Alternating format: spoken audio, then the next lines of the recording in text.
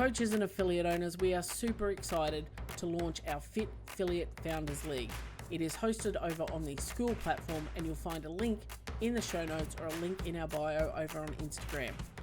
This is a group where there will be higher level conversation, higher level thinking, critical thinking, creative thinking, a little bit of fun, but the end game is everybody is helping everybody else be better. So I'll see you over there. And welcome back to our next episode of the FitFilliate podcast. I can't tell you how excited I am to sit here today with two of my favorite humans on the whole planet, universe, whatever you want to call it, Mr. Andrew Charlesworth and Tony. How are you, good sirs? Did you practice that? It's taken me all week to build it up with enthusiasm, yes. She's been in the green room before this episode practicing it. Well, I'm doing great because this is the first time I'll be fully off mute the entire podcast and not have to worry. Look out, well, you won't have your pensive, anxious look on your face about hopefully there's no noise when I need to speak. Right. But it's good. Drew's in his new supervillain lair, top secret. No one can know where it's at. It does. It looks kind of like a government. It does. Like he's been sequestered by the IRS. we're just Bitcoin dealings. Free Bitcoin dealings. IRS is fake.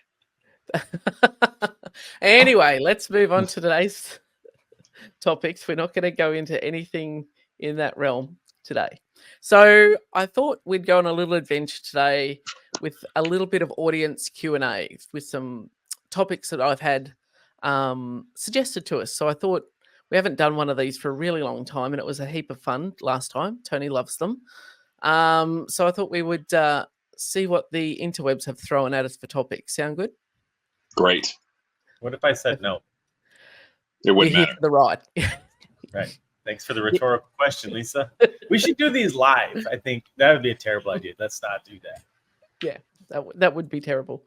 You're here for the ride anyway, so you may as well have fun with us. It's That's good. A walking treadmill pun. I get it. Yeah, it's good. Well, both of you don't have any life-altering storms this week, so you shouldn't fall off and get washed away. All right, so the first topic that has been raised, and it's probably two aspects to it, but is whether you should create or use, or what should you do with a gym social media. And I know we're not about what you should do, so we can talk about it from numerous perspectives, but also linking that into, I've got a team of coaches. What are their obligations if they interact with their members? Like, should they be, how they interact with them, what they post, and can you put any limitations on that for your team? And go. Yeah. I'm going first. Tony's too slow. So there's elements of this question that's based on, we're not going to tell you what to do because that's not what is done here. But there's pros and cons to every single thing. I don't know why I had to say that twice. If you are saying to one of your coaches, I want you to be the professional social media, that is like telling, oh man, hold on, I might even have you clickbait this one. Okay, I'm going to redo it. If you're telling one of your coaches that we want you to be professional social media, that's like telling a 5'4" person, if you don't dunk this basketball, I'm going to be angry with you. You know what I mean? So if you see the parallels there, they may not have been born to do such a thing. So anytime you require, or your personality comes off as like demanding, I think, which I've done this plenty of times, probably still do it. You just got to take into account, like, well, what are the pros of me doing that? Well, maybe I'll get more content. What are the cons of me doing that? Well, I seem like a dictator, and the more content I'm getting is terrible. So, I mean, I think you need to know as an owner, what story do I want to actually tell through my social media? Do I want it to look clean? Do I want it to look like, basically I'm a CrossFit gym, but I'm getting professional media sent to me, and like all the themes look good, and they're all the same colors all the time, and it's really organized. Cool. Do you want to be a gym where, I think ours is more like community based, like we're just talking about having fun and things like that? Do you want to be more competitive based? Like, we're going to put out coaching content and toast to bar tips. So like you need to figure out what story you want to tell, and then you need to attack it. So, I know that a lot of gyms are conflicted. Like some are like, I don't get any clients through social media, and like, should I be using it to recognize my members, or it takes time out of my day. I'm terrible at it. And then I've also got this coach Tony who is, posting on his social media about his wild weekends of partying and running amok, and then all the members see it, and he's telling them on Monday how they should eat zone and they need to train 5 days a week, but then they're seeing this alternate thing like it's just too hard. I just can't be bothered. Thoughts? But he expects me to answer this because I know that I'm going to burn it to the ground, I think. In regards to, like, obviously, I think most people know that I don't really use social media, nor do I have any interest in it. But this question is like a two-part question because, well, it's a three-part now because you added this other layer of complexity on here. Back to that first part of it, like Andrew was saying, assuming that everybody is going to effectively become Spud Web because you need them to be Spud Web is, I probably just really super dated myself. Yeah, you there. did. Yeah. Spud Web So, right. dunk contest Google it. back in the day. You better Google it because I'm not here to tell you who he was. But is effectively a big part of this conversation because it's not just a social media thing, right? Because if we are typically talking about social media, and I think hopefully I'll remember to circle back and talk about how that's just another one of those perpetual distractions that exist in all business, not just in the affiliate, especially in today's day and age.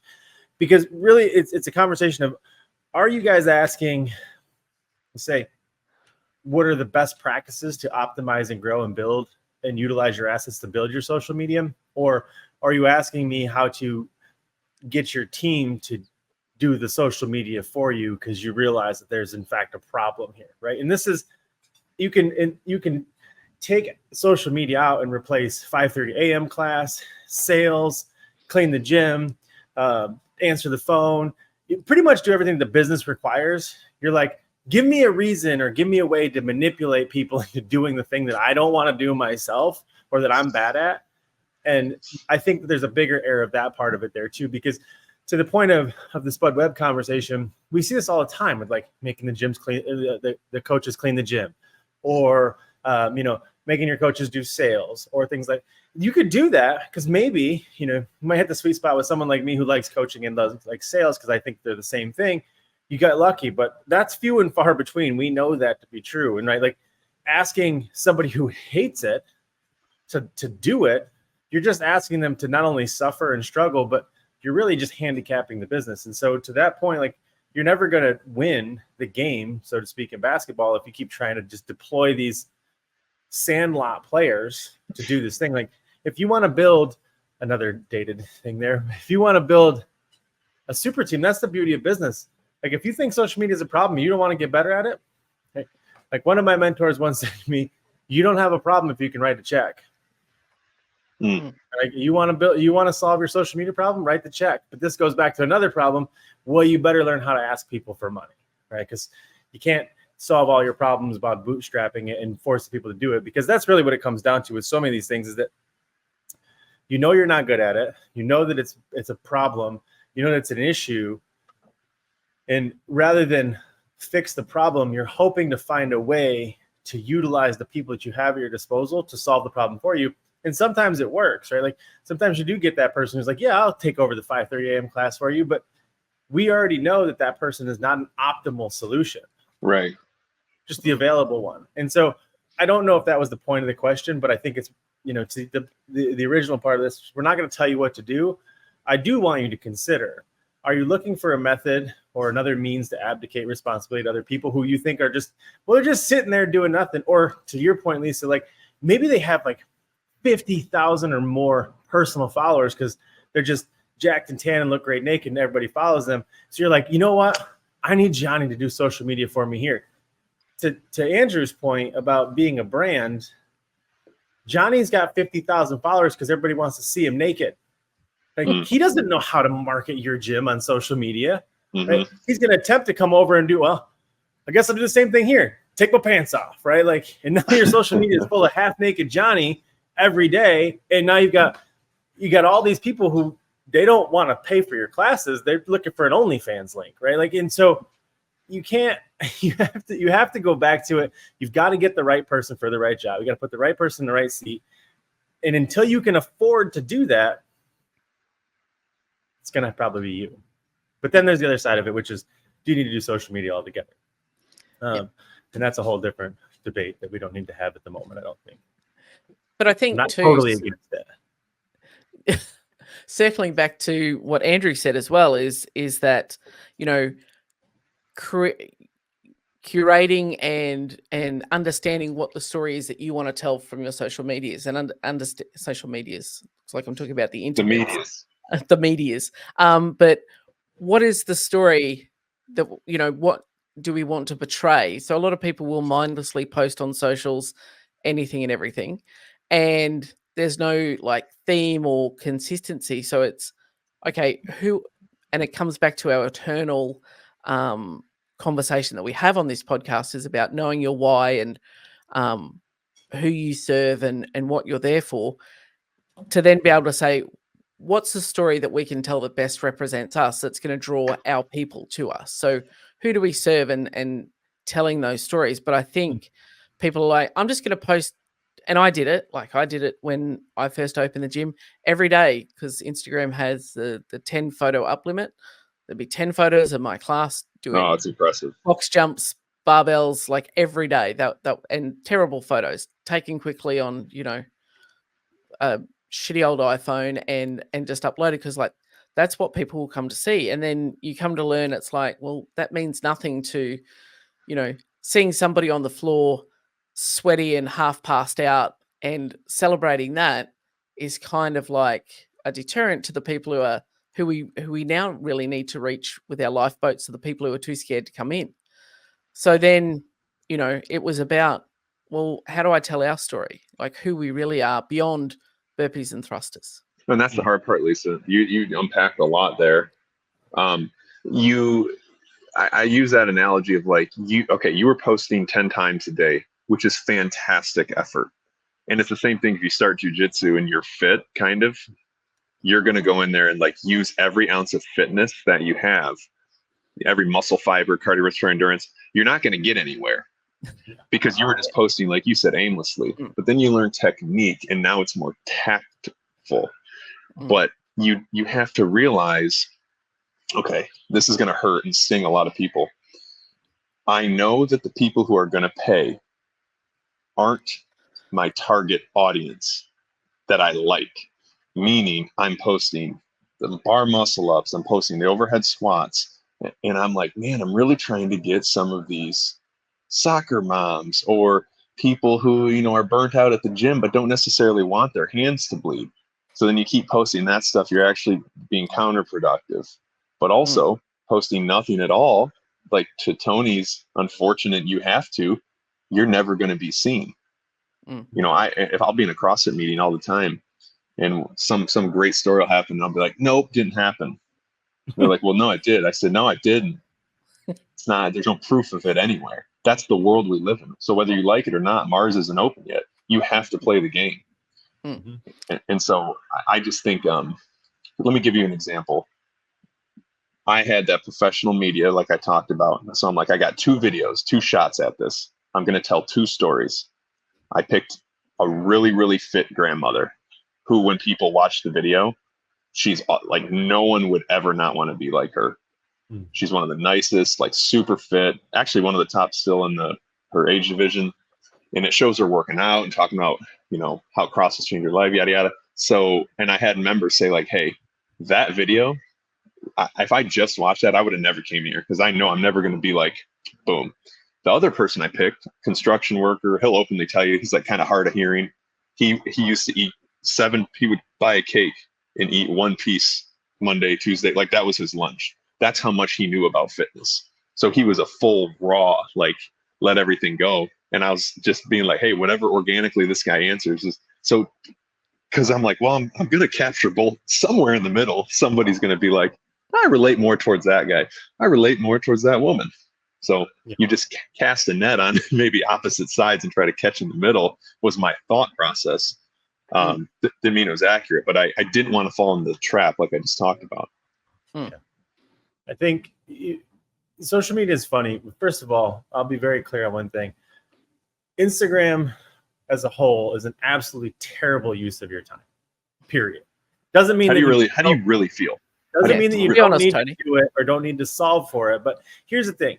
Everybody universally, not everybody, but a lot of affiliates, is a pretty universal struggle. Hence why it came up as a question on this podcast of like, how do we get social media, follow, who's going to take it over, et cetera. Because really what you're saying is I don't like doing it, or else, or worse, like I'm doing it and it's not working, right? Because like that's the big frustration.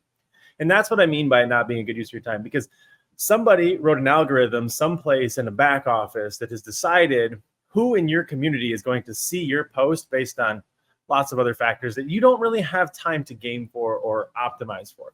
And so until you hit like a critical mass conversation, it is such a heavy lift that it shouldn't be your primary focus. But we'll kind of come back and I'll give you kind of a piece of advice to this, because here's the other side of it.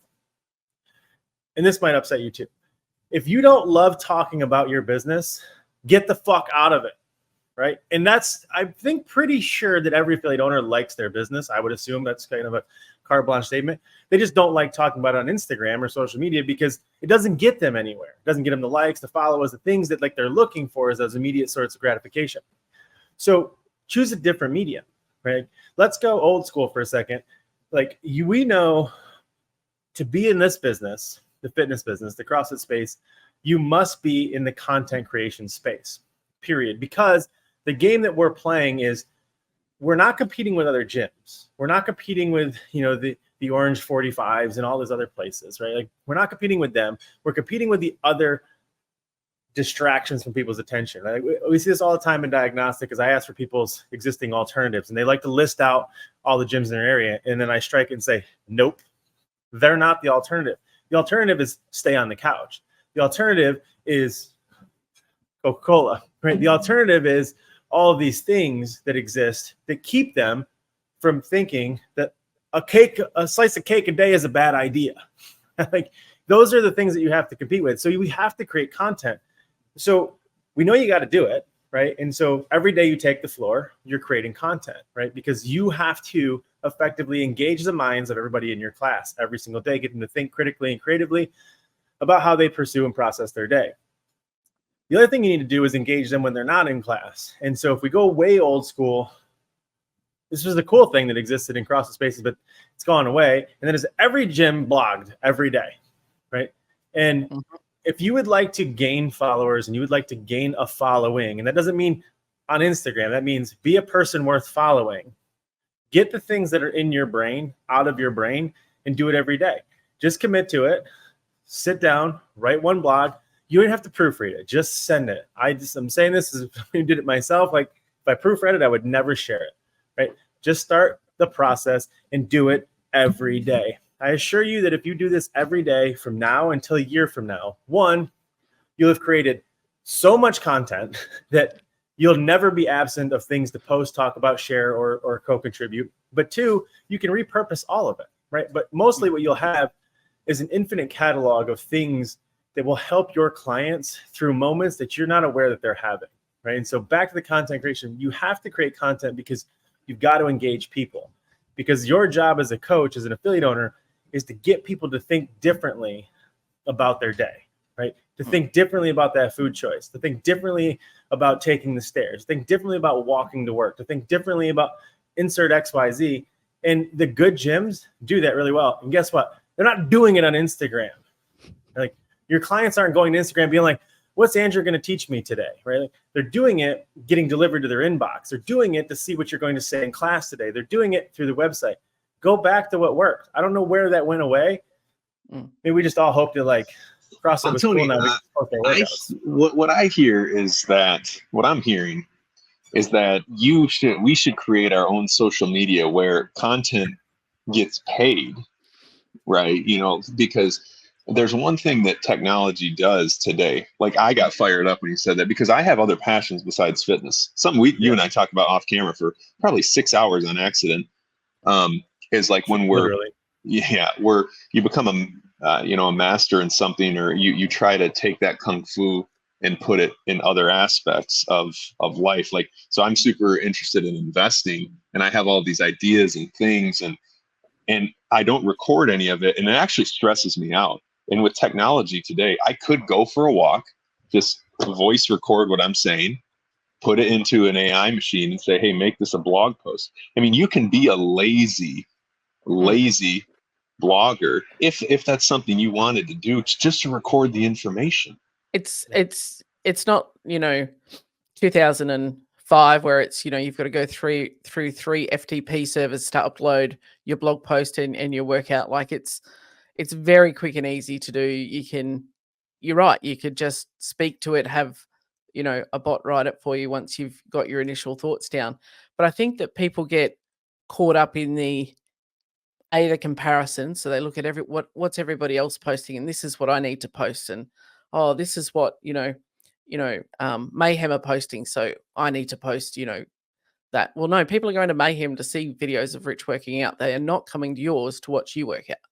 Like, and I guess personally, like, this is something I'm digging into in the moment is owning your own story and owning your own and leaning into that and finding the power in that. Like, affiliate owners miss that a lot because they don't, a lot of their members wouldn't have the first idea about why they opened their gym or why they wound up where they're at or why they do things the way that they do.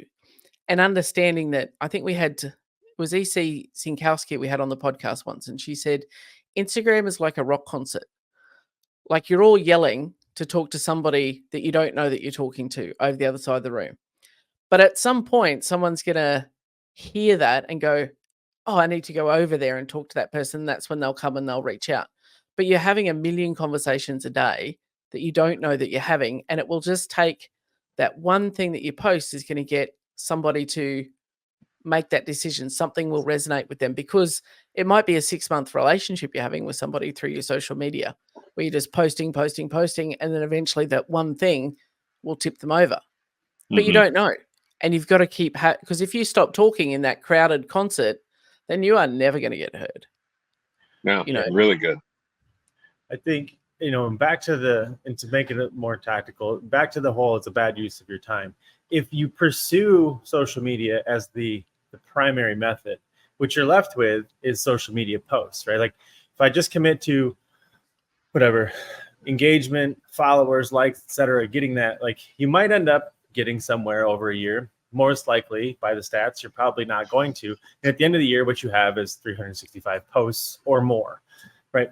And so vice versa, if we commit to learning how to talk about your business to a dedicated audience of your core clients who actually have already bought service from you, and you can see how they receive that, you not only have an entire catalog of practice creating valuable content that can literally save somebody's life, you can repurpose that into countless social media posts, right? And so one does not necessarily create the other, but one absolutely can create the other if you choose the right one correctly. And I think it's not that I'm, ipso facto against social media. It's just that the game from 0 to 1 is so hard, and from 1 to 1,000 is exponentially harder. Then it gets a bit easier, right? It's just a stacked deck against you. And I would rather you learn a lesson that you need to learn first anyways, which is the thing, to your point, Lisa, is how to talk about your business, right? How to think about your business. And you're right. And there's so much technology now, but just sit down, right? Like the process of writing, we talk about this in MDCP, $1 Million Coach Program. Like, all writing is the process of thinking critically and creatively, physically, right? In action. And so just write. Who cares if anybody even sees it? But just commit to the process. Because if I can't implore you or suggest that you talk to yourself at least about your business once a day for a year, probably don't want to be here, right? And we can find a better way to get out of it and help somebody else get into it. And there's other conversations we can have there. But put the content in the place where people want to receive it and value it, and then chop it up.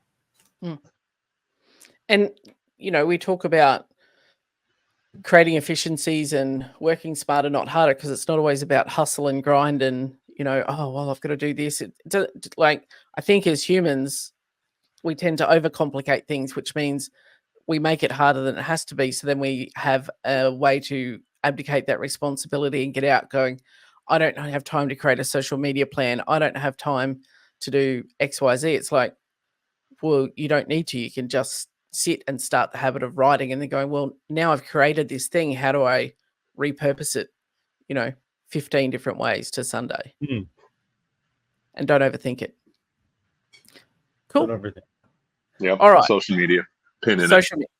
So how do I, if we're talking about, I've got a coach who I pay to coach for, the 5 a.m. class each day, but I say, hey, Tony, I want you to post on your social media about the gym, and I want you to not show any of your, can you not post your shirtless pics and on your personal Instagram because members see it and it's a bit icky and or your weekend partying.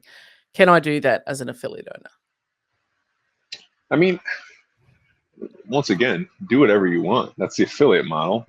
Zero advice given, but you need to have clear expectations. I think a lot of people get a coach in and they're just like, God, you just saved me. Yeah. It's like, how about we lay out some clear expectations of the relationship that we're going to have? That's just because maybe you do. Maybe it's you go into your gym and like, hey, to be a coach here, you need to post 4 times a week. I'm going to go in, I'm going to look like maybe you're, anal like that and something you do. I couldn't do that. It stressed me out too much. It leaves too much opportunity for failure. And then we're chatting about it. And then I'm like, I don't even want to have this conversation. What are we doing here? But I think, are you a brand representative? Are you an ambassador of the gym? That's a conversation that maybe you and the owner would have. Well, if I'm an ambassador, I should be getting paid or something, right? Like that's what ambassadors do for the most part. They get paid, or they have a unique link where people sign up and get get a Tony discount code or something like that, So I think those are 2 different things. But it's, and you're right, it does come back down to having that expectation is, mine with my coaches was, don't post anything offensive. Like, your social is your social. I don't pay you enough to take over your socials. But don't be a dick and don't do anything that's going to be divisive or offensive or create issues here. And then if we all play by that, then you do you, boo, like whatever you need to do. And if you are going to post something like that you did something at the gym, then tag us in it at least and give us, I had a coach who was creating this content of all their workouts and that. And I was like, not their workouts, but instructional stuff. I went, do you want to tag the gym in that? Because that's where you're filming it all. That'd be cool. So tag us in it, give us some credit for the space and that, but then, just go be a good human and do what you want to do. But then there's other facilities that have a much harder line on that. I think the answer, the short answer is probably no, you can't do anything about it. Truly. Right? Probably not only legally, but just sort of ethically, you can't overreach. Another thing, I guess, shouting out to mentors once told me was that always pay full price for anything that you buy, because then you have the right to complain. And it's as somebody who very proudly at one point in my life, especially, loved to get discounts on things because it was all I could do. Like, that was a head scratcher for me. But really what he was saying at the time was essentially, you got to basically pay to play. And so what we end up running into a lot of times in the affiliate landscape is you got discount coaches and you can't say anything to them, right? You can't complain because you're paying half price for the service for the person. So you're just like, I really wish you wouldn't do it. It feels icky, right? Because the question is, should you have hired him in the first place? The answer is no. But you needed to hire anybody who would take the gig, because at this point you would just jump off bridge if you were going to have to coach that morning class again. And I totally understand that. And I've been in the same spot too. It's just that if you hire people based on your business values and your mission and your vision, you will repel everybody who's not like it, more so than you will attract people who are for it. And my point, I guess, in sharing that is that you won't find yourself in this accidental situation as often as you might think, but those people are most likely, quote unquote, more expensive, right? It's harder to attract good talent than it is to find anybody with their hand out. And so you've got to be very careful with that one. And if you would just invest a little bit more time, energy, effort, or money into getting better help, you probably wouldn't end up with 3 out of 5 coaches in OnlyFans, and maybe just take a cut of it. You know, what's funny is your mentor, I couldn't disagree more. And I love that. I always, it's like, so I've mentored people too. And it's funny because I went the exact opposite direction. And hey, always ask for a discount and invest the difference. Don't even talk to them about anything. And one of my coaches who, you know, she's great and she's so young. And at the time, you know, she's getting paid. She doesn't have bills, or she has some, right? But at the end of the day, like, I explained to her when she was 18 years old, hey, if you take every $1 you put in right here in the total, you know, low cost index fund, she didn't care about any of this shit, but I'm literally like down her throat, like, you just got paid $1,500, take 500 right now, put it in, every $1 will be 88. Like, I'm giving her all these life lessons, and it's like scaring her. And she's like, all right, I'll just do what you say. Like, so I'm mentoring her in a different way though, because if that habit stays true with her, all of a sudden knowing, well, yeah, I guess I just, you know, invest in the Vanguard's total stock index because Andrew screamed at me when I was 17 years old to take some of my money and do that. Like, when she's 30, she's going to be very happy, right? So, I mean, I don't know. It's just funny because whatever, you know, whatever mentor you get, can we define a mentor again, Tony, though, real quick? Because in this example you just gave, you just trained her. You didn't mentor her at all. Right. Totally. Well, no, but I mean, the key there is giving them some sort of, I suppose the beauty of mentorship in that conversation in general is that everything is always free to interpretation. I think in this exact conversation, we weren't even talking about buying something or effectively spending money. But to your point, I also didn't necessarily take that advice literally, because that's also the problem when the mentor-mentee is that I'm like, thanks for that, fuck off. But I did take the lesson and I applied it differently. And that's, I think, the essence of the value of true mentorship. And, you know, to the point of that, you know, one thing I will say that I never did pay that mentor $1 because that's not how mentorship works. And that is a shameless plug in terms of the fact that you stop paying mentors. It's a rant. But I do remember Tosh on a podcast going, someone messaged him and said, you know, can you mentor me? I can pay you this much. And Tosh was like, go away. That's not how the mentor relationship works. This is not what it is. But well, I think if it did, it would affect the whole thing, right? Like, to be paid to be a mentor now creates an inverse relationship where now I have a financial gain from the input that I give you, which would mean that it would automatically bias it to perpetuate that gain, right? That financial sort of incentive of like, man, I'm just going to keep giving you things you like hearing because you just keep giving me dollars. Mentorship doesn't really work that way. And I do think this could be a whole podcast in of itself. And we've definitely recorded it before, but in business in general, this wasn't the point of this conversation or question, but here we are. Shocker. Here we are. Is you need to have a mentor. Everybody should have mentors. And the beauty of being a CrossFit affiliate is that there's 13,000 mentors. For any phase or place that you're at in the affiliate journey, somebody's already been there. Now, maybe you don't know how to talk to them. Maybe you don't know how to communicate with them. Maybe you don't know how to make the reach out or the ask. Or maybe worse, you think they're your competition. They're not, right? And so instead you're like, maybe I'll just pay for somebody's private attention. Well, you're going to get their attention because you're paying for it. And you're not necessarily going to get actual mentorship. You're going to get information or guidance. And those things don't always work because they tend to get as overwhelmed as the situation Andrew just said, where you're just like, I don't even understand what you're saying. Just do it for me. Yeah. Or I'm just going to do it so you stop talking. Like, and I think, you know, getting sort of linking it back to that social media, and, you know, Andrew talking about the sitting down with whatever coach you're putting on and setting some expectations and some stuff in the relationship, it also then requires you to then go back to our initial thing about is what's the story I want to tell? What's my why? So what are my expectations around this? What do I want from this relationship and how do we make it work? So you've still got to dig into that other stuff so that before you can tell someone else what your expectation is, you know what it is you're trying to create. And that's where you guys help. When I say you guys, I mean us. I'm just saying, like, when I met Tony, I was like, wow, I learned a lot about myself very quickly. It's a special art form, and it's something that you can't teach. It's kind of got to be a gift, right? To pull it out of you spiritually, because you might have been in business for 7 years and you actually have no idea who you are and what you want, because no one's ever had the either. Let me use myself for example. A lot of people are intimidated. I don't know, because it's easy for me to like run a room or to get up there and give an inspirational speech or seem really organized or it. But nobody's ever been like, well, Andrew, what do you actually want? You know what I mean?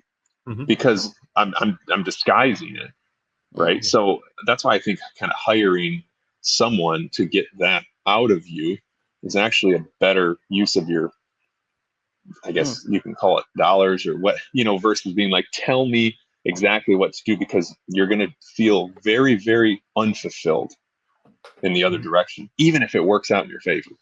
I mean, it might happen on day 1 or it might happen on day 10,000, but at some point, the conversation is a reality for all of us. It doesn't matter whether you are, Elon Bezos or you're all of these. It doesn't really matter. At some point, the nature of business in and of itself, and it's one of the reasons that we fight so heavily for it, is to be distracting, right? Like there is no shortage of stimulus. There's no shortage of things to pay attention to address, to look into, to investigate, to you name it. Like there is never not something to do. And in that process, whether that be day 1 or 7 years into business, it's very easy to have either morphed, evolved, forgotten, overlooked, misplaced why you got into this in the first place.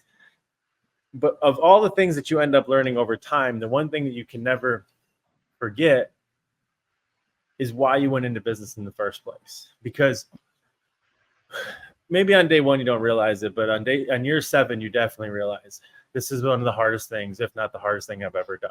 There's a massive amount of valuable trade-offs. I'm in charge of my own schedule, and the world is mine, and I get to make my own decisions. But there's sleepless nights, there's the uncertainty, there's stress, there's all these things that nobody sees coming. But the point is that you're going to have a hard time. You need to remember why, right? And then back to what we talked about a little bit in the social media stuff, the very nature of business in general, life in general, right, is to look around and be like, wow, they're crushing it. What are they doing? I'm just going to do that, right? And usually we'll all try it at some point because it just seems like a logical solution.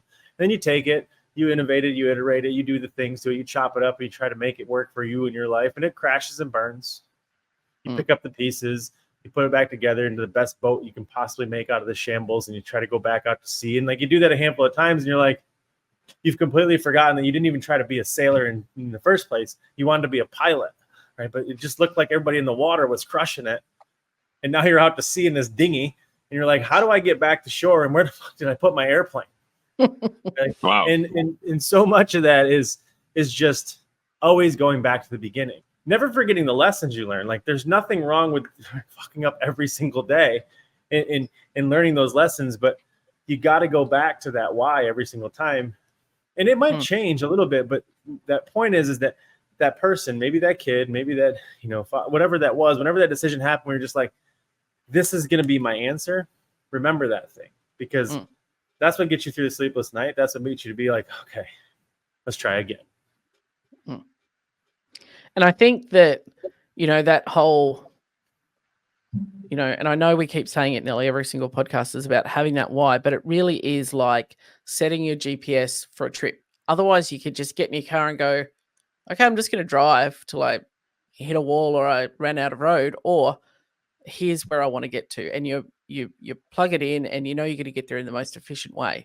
And that why keeps bringing you back on course. Even if you get distracted and you move off, like, no, here's your North Star. Here's where you need to be. It keeps bringing you back to that. So I think that that's something that definitely cannot be, undersold or understated. Shameless plug. Yeah. Just join the Skool group, because it's the first thing that gets unlocked in the Skool group is unlocking or remembering your business compass. Anyways, that's all. No, that's it. I don't think that's even a plug, Tony, because I know you're afraid to plug. Like I look at it and I think, well, how can I do that then without essentially bankrupting myself if I'm struggling? You join the Skool group because you're around like-minded individuals who are going to be able to maybe not necessarily bring it out of you like a coach can, but at least it's going to get, you're mentoring yourself. Sorry, you're learning the difference between, like, what do I actually need and who do I want to be by simply existing inside of the Skool group. Yeah. So it's not like even a plug. It's just going to be those types of communities. And the only reason I say it is I've done it a few times in my life where I've been in groups, maybe, on Discord, but like we use Skool, and these people became, it's like, why are they teaching me so much? But why am I talking to them about my favorite coffee right now? Like, this is a crypto trip. This is a decentralized finance group. What's going on here? Why am I invested in a conversation about coffee at the moment? Oh, it's because we were mentoring one another, and I helped them in some ways. Some, when I was newer, and then other people came in. Oh, I helped them that. Oh yeah, you don't need to, how to change your mainnet. Go ahead, Lisa. No, I was just going to say that concept of, what we're creating in the Skool group is, and that sort of group mentoring, I guess, is, what used to happen back in the forum on the early days of .com. It was, nobody knew how to make a wall ball. Like, so somebody did it and figured out to put sand in a basketball and duct tape it up or whatever. And then they posted about it. Someone else has learned, or someone did something in their gym, and it was freely sharing. And you're surrounded, like, people like us do things like this. And we say that a lot here. And you're surrounded by people who are looking for the same things you are. So you will be, rather than just like a Facebook group with 10,000 people that are just complaining about the same things, this is more powerful in that, we're all here because we want to grow and we want to do better. And we're going to leverage that off each other. And I think that's where the great power is in that group is like, yeah, I can do it without bankrupting myself, but I know what I'm going to be tapping into will be quality humans who want the same as me, not just here to complain about, like, I didn't get enough leads this week. It's that more impactful conversations. Yeah. I mean, mentorship is essentially part of all of our DNA, right? We're tribal creatures. It's written into our code. We're all designed. It's the human condition, right? It's the one thing that makes us uniquely human, unlike other animals, is that we've evolved and we were created to advance this whole thing with each other combined. And so we've all been in a situation where you find yourself vibrating at a higher frequency when you're creating an opportunity for other people, maybe just sharing your knowledge or sharing experience. And, for me, maybe it's a bit of a swan song conversation, but that was the thing that with FitFilliate that was so important to me, was returning the intention and the integrity back to mentorship and highlighting the difference in a guru and somebody who wants to quote unquote sell you their secrets, as opposed to the, sort of that deep ingrained psychological need to contribute and play a role in other people's journey, because that's purpose, right? That's the thing. And it's funny because I get as many consults on the calendar in regards to that, like, what is my purpose, right? Like, your purpose is just to help other people, like, no matter what that looks like or how that looks like. And so inside that group, that's essentially it, right? It's like to help you guys understand as affiliate owners that you are the mentors. Like, you've always, because you're all at different places. Maybe 20 years ago when this whole thing started, there was no quote unquote mentors because there was not really any livable experiences, but now there's more than enough. And that doesn't, hopefully nobody takes this as like, oh yeah, I'm going to pack it up and turn it into an online course and sell it. That's not what I'm saying, asshat. Don't do that. There's enough of those people out there. Right. Yep. share what you know and share it freely. And I think the easiest way to make money is to give somebody money. Right? The easiest way to get smarter is to share knowledge, right? And so if you find yourself absent of something, ask yourself, when's the last time you gave that thing away?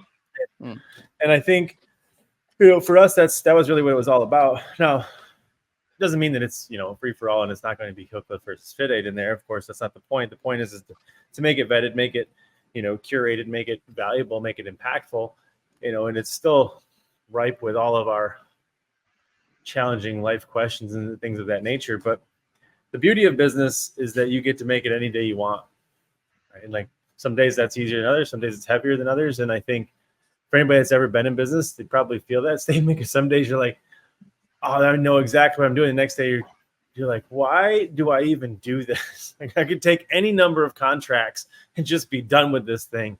And then purpose knocks on your door again and says, hey, I feel you. And I think that might seem easier, but this is what you were called to do. Sorry, it's heavy, right? And you put the backpack back on. You're like, all right, I'll go one more lap. Yep. And I think that's, a good reframe for helping people think about that when things get hard, is like, what's your purpose? And, that's why you do the things that you do every single day, whether it's hard, whether it's easy. Like, you were called to do something. So you can either act on that or not. And it's your choice at the end of the day. You can go, you know what, this might be my calling, but I'm not picking up that phone. I'm out. Yeah. Like, I need to not do this. And that's your choice at the end of the day. And you can understand that your purpose may change. Your seasons may change. And when you're stuck inside of a rut, the best place to be is around like-minded people. And empathy goes a long way around people that you trust. And we live in a digital society now, and like that's where, why I was so psyched about it, is because I just see the need for that. I see the need for people to be able to come on there and not bitch. Now, I mean, every once in a while somebody may have the right.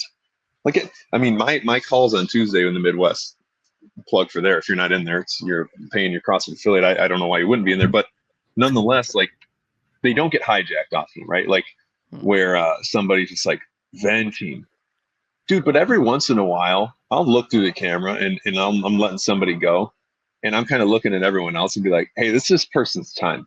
It's their time right now.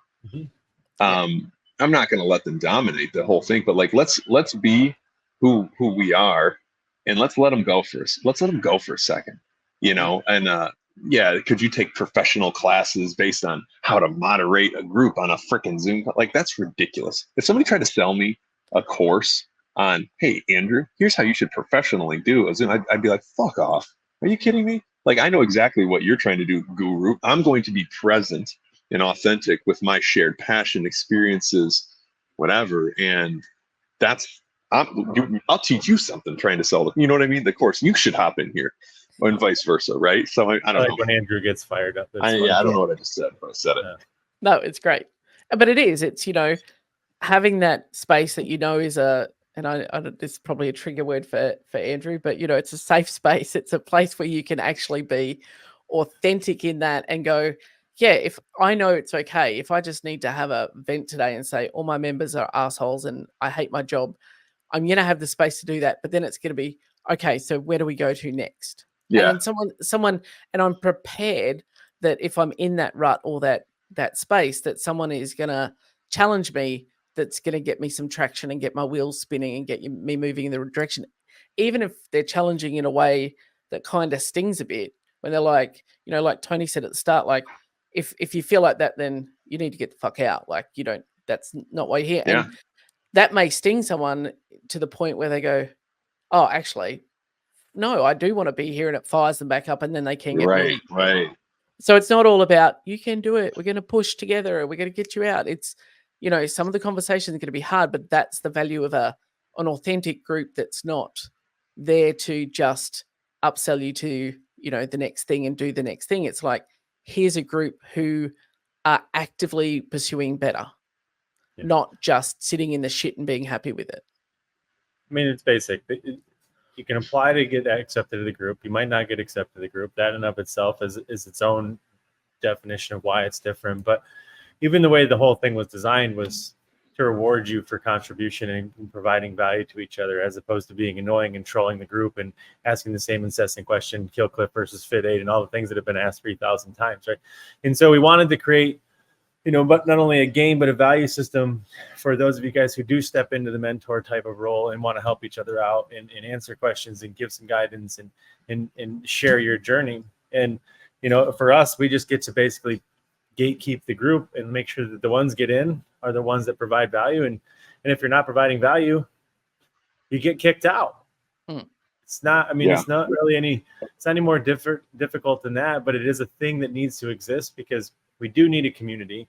There needs to be a place where, like-minded people can come together without getting distracted, trolled, triggered, aggravated, etc. And actual value can be perpetuated and distributed.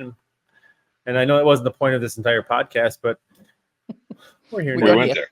Look, the whole premise of the podcast is we go wherever the conversation takes us, and the conversation we're meant to have happens. Well, and that's point of where this podcast is Q&As, and I can tell you where you don't have to wait for new episodes to drop every single week. You could just go in and get a Q&A on the fly in the group. And it's like you said, it's vetted, it's curated, and if we do have, that's the one protection that you have. If someone's coming in and consistently doing the Kill Cliff versus FitFilliate, or the latest lead gen, or just trolling sleep on Diet Coke. I'm just saying. That's OG for sure.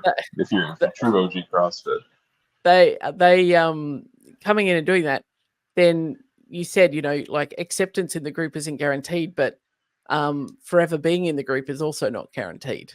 So, that will be to maintain the integrity of what we've tried to create, for sure, so that you can, that it's full of high quality individuals having, higher quality conversations rather than the same old. And if it is the same old, then you won't see them. Also, another thing that's worth mentioning is there's a reason why it's not a Facebook group, because social media is a terrible use of your time. So it took you off of there. Yeah, no, I absolutely there's. Go, Andrew. No, that was it. Oh, that was it. It was just agreeing. And it is. It's. I'm going to this place to learn something rather than. Oh, okay, well, I'm here. I'll go.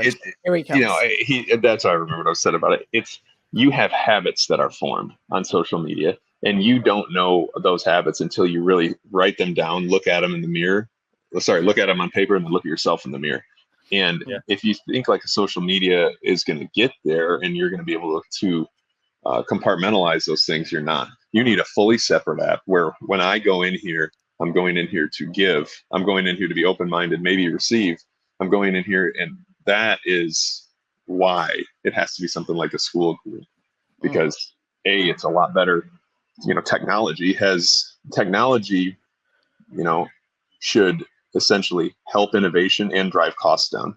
People forget that technology should lower costs of living. Isn't that weird? If you think about it, like Spotify. For example, remember when you had to buy albums? Dude, those albums were $30 to get Cash Money Millionaires, and you had to drive to F for your entertainment, FYI. Then you had to wait in line, and then maybe they sold that was a lot of money.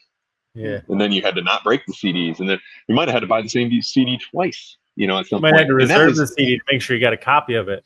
And that was in the 90s. So you're spending $90 on CDs in the 90s is like spending $400 today. You know what I mean? So I think the school, I think with what people are looking for, that's why this is entry point would be a lower cost, because we have the innovation of the Skool group to be able to do cool things, to gamify it, to, rank your answers. Not rank. I mean, you can kind of rank how people are. Yeah, the gamification. Rank how well you're contributing. Yep. And I think that's, one of the, like you said, it's you're breaking the habits of social media. We're creating value and for something that's an accessible entry point for people to come in and go, yeah, I want to be part of something that's going to help lift me to be better, not just continue to drag me back into the same old arguments. So we will have a link by the time this episode goes out in the show notes to the group where you can apply, and we can have a look at it from there. So if you want to do better, be better, and be part of a community of people who are also doing the same, then click on the link for sure. And we will have stuff coming out on our socials about that as well as we work through that. So thank you for your time today, gentlemen. I think that's a good point to put a pin in this one. A wide-ranging conversation. I know we've tackled a couple of questions, and I do encourage anyone, if you do have questions or things you'd like to hear us talk about, shoot it through to us at FitFilliate. We're always open to those conversations, and remember to give us a like and a follow and a subscribe on your favorite platform, and we've got some great episodes coming at you down the pipeline. We've had some great episodes over recent weeks with some good guests with Jen Green, Kevin Ogar, Jameson Price, and of course having Andrew join in the hot seat as well. So all the more reason to like and subscribe so you never miss an episode, and we'll see you on the next one. See you in the Founders League.